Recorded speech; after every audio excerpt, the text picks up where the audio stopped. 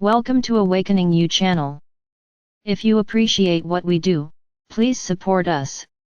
Thank you. Dear ones, I am Archangel Michael. Many are still thinking about what I said in yesterday's video. I always say I won't go back to the subject, but unfortunately sometimes it's necessary. But not today, I will not repeat this matter.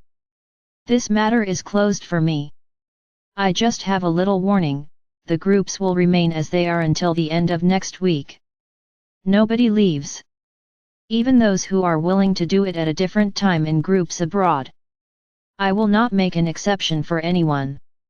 That's what I said here yesterday, if you leave the groups, the process will be finished. So I cannot allow them to leave, because they will be breaking the egregore of light that has already been created. So when you're done, when it is at the very end of the week, then yes, they will be able to remain in the abroad group and new vacancies will be opened in the existing groups. We may have some small changes in relation to the days. We will see. So we have to repeat it several times, but maybe this way you will understand. Anyone who is registering in groups abroad should not leave the groups they are in today. They will only be able to leave at the end of 14 days. Remember, groups from abroad are being analyzed to see if they will actually exist. Then you will be registered in both. When the 14 days are up, new groups will be created, then all the necessary movements can be made to leave one group, go to another, and new people can join. So let it be very clear here, no one is supposed to leave the group. And I end this subject here. I won't elaborate any further. Back to our classes. I had commented at the end of the last class that the next subject would be about evil.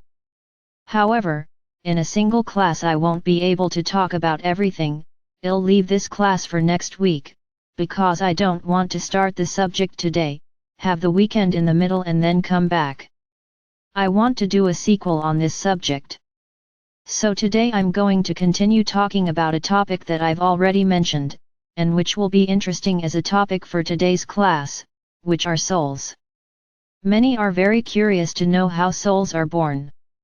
Very good. So let's go. This is the topic of today's class. It's a very nice topic to talk about. I already told you that some of us are the unfolding of our Father or Mother God. Very good. We are products straight from the source, directly from Him. So how do other beings emerge? There are countless categories of beings in the universe. The souls that you often call spirit, and it is really a concept that mixes, are from a different category than mine. For example, I never incarnate. I don't need to evolve. I belong to the highest dimension of this universe. If I come from our Father or Mother God, it is more than acceptable for me to be at the top of the dimensions. Me and all those who are offshoots of our Father or Mother God. Very good. So souls are a category created specifically for survival in the stars, for the population embodied in the stars. So what is the divine law? It is exactly, making a parallel, like your children, when they are born babies, they grow until they become adults and elderly people. Very well, souls are also created. So, it's as if one day souls were born as you imagine, as babies, but that's what I already told you, there are no incarnated baby souls. Souls are created. Then many will ask, how? How are souls created? There is a source, direct from our Father or Mother God. It is an inexhaustible source, with the same energy as our Father or Mother God. Within this source there is the divine spark. If we can make a parallel, it's like a big sun, but he is not a star. So that you understand, it is as if it were a great machine, whose interior contains the energy of the divine spark of our Father or Mother God. So inside there is. I need to make some parallels so that you can understand what I'm going to say. It's as if there were a great being inside that multiplies. So this divine spark, it multiplies. It exists concentrated within this, which I am calling the machine, within this machine. Because, as it is a very strong spark, it needs to be concentrated somewhere. So it's like this, it is concentrated inside this machine. Very good. And it multiplies. It has the ability to multiply, and each piece of this divine spark is a soul. So notice the difference, the great beings of light, those who are in the universe, like me for example, who are pure energy, are direct unfoldings of our Father or Mother God. Souls are direct creations of the divine spark of our Father or Mother God, because all souls have this divine spark, without exception. So let's go. The divine spark is created, and it goes to some chambers. I can't even translate into your world what it is, but I'm trying to get as close as possible. Imagine many cameras, closed chambers, where these sparks are planted, so to speak, and they begin to reproduce. No, not in new sparks, but they begin to reproduce to create the soul, which is nothing more than a lot of energy. This spark, as the name suggests, is pure energy from our Father or Mother God. Then it has enough energy to transform and create another type of energy, which is the soul. Then in these chambers the souls and consciousness of each soul are created. No, please don't create monsters. It is not a soul with a brain, it is a soul with consciousness, with all the attributes that a soul needs to have: intelligence, consciousness, purpose. Very good. Many people are making a similarity with the gestation period of their babies. Yes, there is a similarity. How is it that from one cell from the mother, and one cell from the father, together, a little creature as beautiful as babies is born? Making a parallel, from the divine spark the soul is created with all its attributes. Very good. So, as I said in previous videos, souls are created with the purpose of populating the universe. So while the souls are being created, the team of geneticists are preparing the body, the clothes that these souls will wear, according to the planet, the star, whatever, according to the surrounding environment. That's why there are so many different models and types of beings in the universe. Because every part of the universe has a medium, a different habitat, and everyone who lives there resonates with that habitat. You have this human outfit, with the same elements that planet Earth is formed from. So everything is in harmony. You live on the planet that is pure water, and what is your body? Pure water. So everything is in balance. So if there's another planet that doesn't have water, how am I going to create an outfit that needs water? No, an outfit will have to be created in accordance with that soil, with that planet, an outfit that does not need water. So everything is made, as you like to call it, to order. I will populate planet X with so many thousand people. Very good. So the team creates 1,000 clothes and 1,000 souls, making the process easier for you to understand. Very good. Normally, souls are developed and placed in skimpy clothes, in small clothes like their babies, and they evolve. So in this way, they haven't gone to the planets yet, they are created within that council that takes care of life, same baby. They are placed in an environment completely identical to the one they will populate. Then they are raised by this team, until they become adults, and are capable of reproducing on their own. Then these beings are taken to the planet, and their mission is to populate this planet. It's starting an era, start a settlement, a city, whatever you want. Then many may ask, but how many are placed on each planet? No, don't think it's just a couple, because not everyone reproduces in the same way as you. Thousands, hundreds of thousands of bodies of beings are placed on these planets, and then they multiply, and over time, the planet becomes populated. Very good. This, if you go back in time a little, way back, long before Homo sapiens, this was more or less what your planet was like. With very few humans and very few developed humans. Well, that's another subject.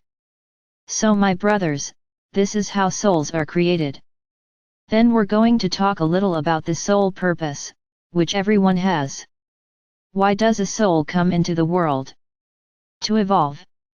So it's as if the universe were one big school. There are planets with low dimensions, and there are planets with higher dimensions. So it is the purpose of each soul, to evolve to the highest dimensions. This is the purpose of all souls. Ah, my Archangel, so you are telling me that all souls could one day be beings of light like you, for example.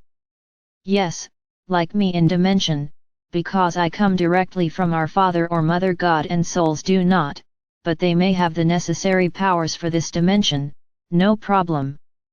This is the goal of all souls. Evolve. So then you start to think and analyze why there are so many dimensions. It's like a walk, it's like a learning journey, because that's the only way the soul learns.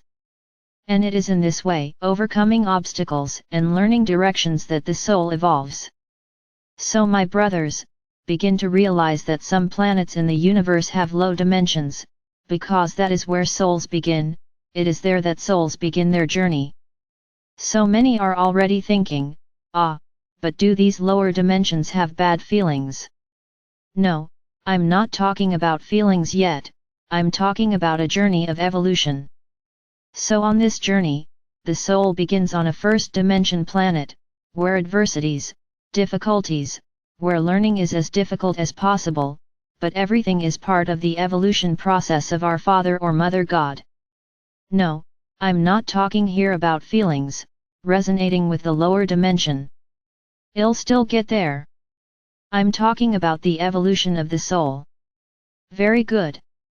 Sometimes, I told you here that the first and second dimensions are ethereal, they are not physical.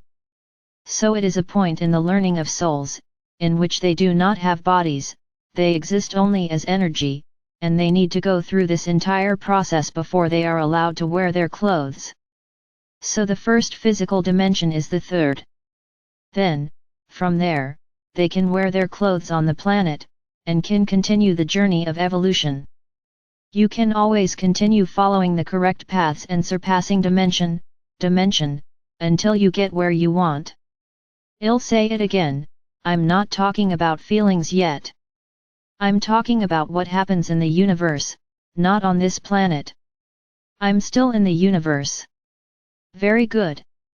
I just want you to remember this information that has already been said here, but I will repeat, first and second dimensions are not physical, but they are the dimensions where souls begin to learn all the adversities they need to learn. When they migrate to Atersera, they get a new look. So this is how the planets are populated. Another point to be considered is that solar systems and planets are not created every day. This has to be very in-depth planning. So let's think about the following: very few planets remain in lower dimensions, because the souls were not affected by anything and they continued on their evolutionary path, on your growth path. Then you may ask, and when all souls reach the highest evolution, what happens to this planet? When a planet reaches a certain point of highly evolved beings, a new wave of inhabitants is created and placed there so that the process can begin again, and the planet remains populated. So this is how the entire universe behaves, with its souls always in complete evolution. It is a continuous process, and as I said, there is no limit to the soul, they only die if they are hit. There is no determination for a soul to die. It is an energy that never goes out. Why? Because she has a divine spark, and this divine spark never goes out. It would go out if our Father or Mother God would go out too.